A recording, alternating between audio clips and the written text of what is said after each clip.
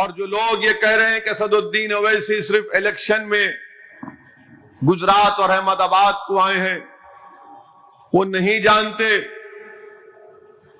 کہ میں 2002 میں بھی یہاں پر آیا تھا.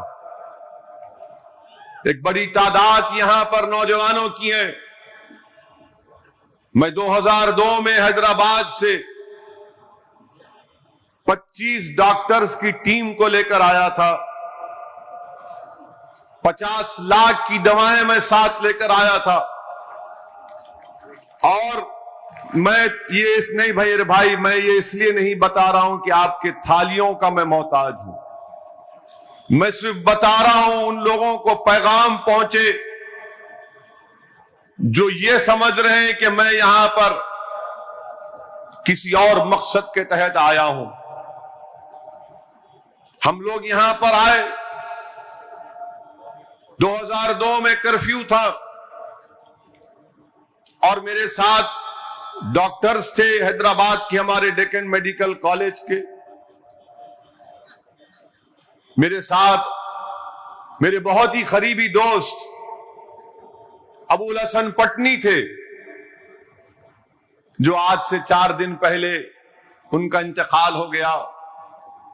ابو الحسن مجھے لے کر آئے، بولے کہ چلو چلیں گے. اور ہم یہاں پر آئے تھے. کسی ایک مسلم علاقے میں ایک 5 سٹار ہوٹل خالی پڑی ہوئی تھی. اس ہوٹل کے مالک نے ہم سے کہا کہ آپ لوگ رہ جائیے، ہم آپ کو صرف ناشتہ کھلا سکتے. تو ہم وہاں پر تھے. درگاہ حضرت شاہ عالم رحمت اللہ علیہ میں ہم نے میڈیکل کیمپ لگایا تھا، اور اس وقت جمعیت العلماء کے مرحوم خان صاحب صدر تھے، وہ بھی ہمارے ساتھ تھے. ہم درگاہ شاہ عالم میں کیمپ لگائے. 2-3 دن اس میڈیکل کیمپ میں 10,000 لوگ تھے اس درگاہ شاہ عالم میں، جو لوگ جن کا ہر چیز لٹ گیا تھا، پٹ گیا تھا.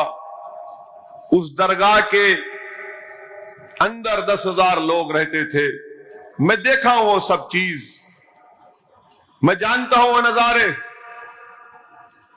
جب ہمارا میڈیکل کیمپ لگا کم لوگ آتے تھے، چوتھے دن زیادہ لوگ آ گئے، اور پھر 6-7ویں دن تو جو گورنمنٹ کا کیمپ تھا اس میں کوئی جاتا نہیں تھا. ہم نے پوچھا کہ کیوں کم آ رہے ہیں، اتنے زیادہ کیوں آ رہے ہیں، وہاں پر کم کیوں ہیں؟ تو اس کیمپ میں رہنے والے غریب اور مظلوم عوام جن کا سب کچھ لٹ گیا تھا، انہیں کہا کہ تمہاری دواؤں میں اثر ہے، اور تمہاری دوا ہم لیتے ہم کو بیماری ہماری کم ہو جاتی. ہمارے پاس ہمارا جو فارماسسٹ تھا، میں نے اس سے کہا کہ ماجرا کیا ہے؟ ہم تو گناہگار آدمی ہیں، وہ اہل دل کی دعائیں ہیں، ان کی نظر ہے کہ کسی کی مدد ہو جاتی، ہم تو گناہگار ہیں، ہم تو وہ نہیں ہیں. تو اس فارماسسٹ نے اس وقت کی گجرات سرکار کی جو فارمیسی تھی وہاں پر جا کر دواؤں کو چیک کیا، اور اس نے مجھے خاموشی سے بازو جا کر کہا کہ اسد صاحب، جو دوائیں گجرات کی سرکار دے رہی ہے وہ 8 مہینے پرانی ایکسپائری ڈیٹ کی ہے. میں دیکھا ہوں ان چیزوں کو.